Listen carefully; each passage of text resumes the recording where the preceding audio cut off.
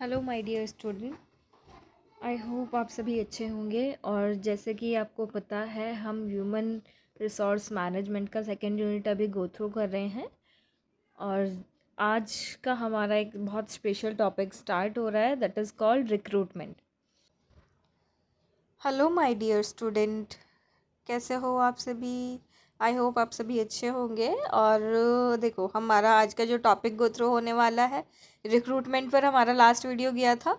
उसमें हमने सीखा था सोर्स ऑफ रिक्रूटमेंट, जिसमें हमने इंटरनल सोर्स के बारे में स्टडी किया था।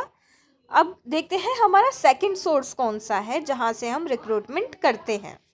अभी हम देखते हैं, ये है हमारा second source of recruitment. Second source कौन सा होता है? फर्स्ट रिक्रूटमेंट सोर्स हमने पढ़ा था इंटरनल सोर्स, जहाँ पर हम आंतरिक रूप से कि उस ऑर्गेनाइजेशन के अंदर से ही हम रिक्रूटमेंट कर रहे थे, चाहे वो ट्रांसफ़र है, वो प्रमोशन है, रेफरल है।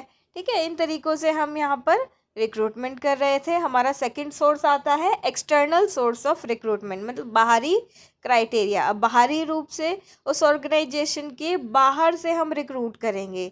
तो चलिए शुरू करते हैं अब आज का हमारा topic. External recruitment means hiring candidate from outside the organisation. Simple as कि उस ऑर्गेनाइजेशन के बाहर से हम कैंडिडेट को हायर करेंगे। टाइप्स ऑफ एक्सटर्नल सोर्सेज कौन कौन से टाइप्स हैं, let's see. The first part is called campus recruitment. Campus recruitment बेटा क्या होता है? जो आपके कॉलेजेस के अंदर कंपनीज आती हैं और आप इंटरव्यू देते हो, एंड देन वहाँ से जो हायरिंग होगी आपकी, उस कॉलेज से जो भी कॉलेज या यूनिवर्सिटी से जो भी हायरिंग होगी, वो आपकी कैंपस हायरिंग कहलाएगी। Companies hire student directly from college और यूनिवर्सिटी। जब भी आपका फाइनल ईयर होता है किसी भी एक ग्रेजुएशन और पोस्ट ग्रेजुएशन कोर्सेज का, तो फाइनल ईयर टर्म में यहाँ पर रिक्रूटमेंट किया जाता है। कुछ कंपनीज विजिट करती हैं आपकी कॉलेज यूनिवर्सिटीज़ के अंदर, एंड देन वहाँ से हायरिंग होती है। That is called campus hiring. इसका एडवांटेज हमें क्या मिलता है? फ्रेश टैलेंट, बिल्कुल जो अभी ताज़े ताज़े सीखा है जिन लोगों ने, वही लोगों को हायर किया जाता है। इट मीन्स अब यहाँ पर आपके पास देखो बेटा, कंपटीशन बहुत हाई होने वाला है, क्योंकि आप जिस क्लास में पढ़ रहे हो, जिस कोर्स में पार्टिसिपेट कर रहे हो, तो वहाँ पर ऐसा तो नहीं आप सिंगल कैंडिडेट होंगे, वहाँ आपके साथ में 200, 300, 500, 1000 लोगों की भीड़ होगी। ठीक है, अब ऑर्गेनाइजेशन को क्या चाहिए? जो भी इंटरव्यू ले रहे हैं उन्हें चाहिए द बेस्ट कैंडिडेट। तो आपका कंपटीशन इस कैंपस हायरिंग के ही इंटरव्यू में बहुत हाई लेवल पर चला जाता है। Now it's cost effective for entry level job. अब यहाँ पर कॉस्ट भी हायर चली जाएगी ऑर्गेनाइजेशन के लिए। यहाँ पर आप ध्यान रखना, हम ऑर्गेनाइजेशन के पर्पज़ से देख रहे हैं इस पूरे रिक्रूटमेंट को। ठीक है, कि ऑर्गेनाइजेशन कैसे हायर करता है। ठीक, अब जो कंपनी है या कोई ऑर्गेनाइजेशन है, उसके लिए यहाँ पर कॉस्ट इफेक्टिव होगी।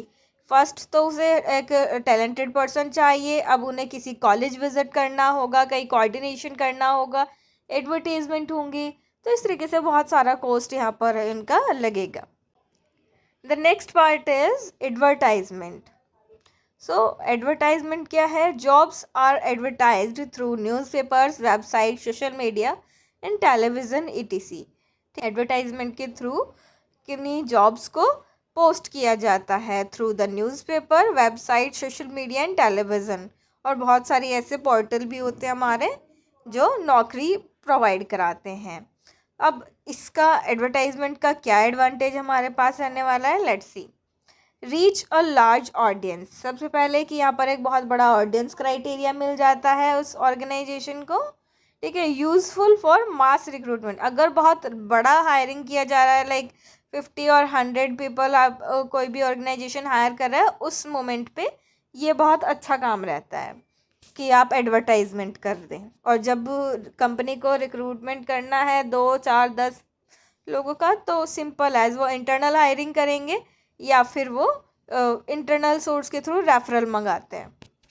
The next part is employment exchanges. अब एम्प्लॉयमेंट एक्सचेंजेस क्या है? Government employment offices help connect employers with the job seekers. जो भी गवर्नमेंट एम्प्लॉयमेंट ऑफिसेज होते हैं, वो क्या करते हैं, जो जॉब सीकर्स का डाटा होता है वो ऑर्गेनाइजेशंस के साथ में शेयर करते हैं।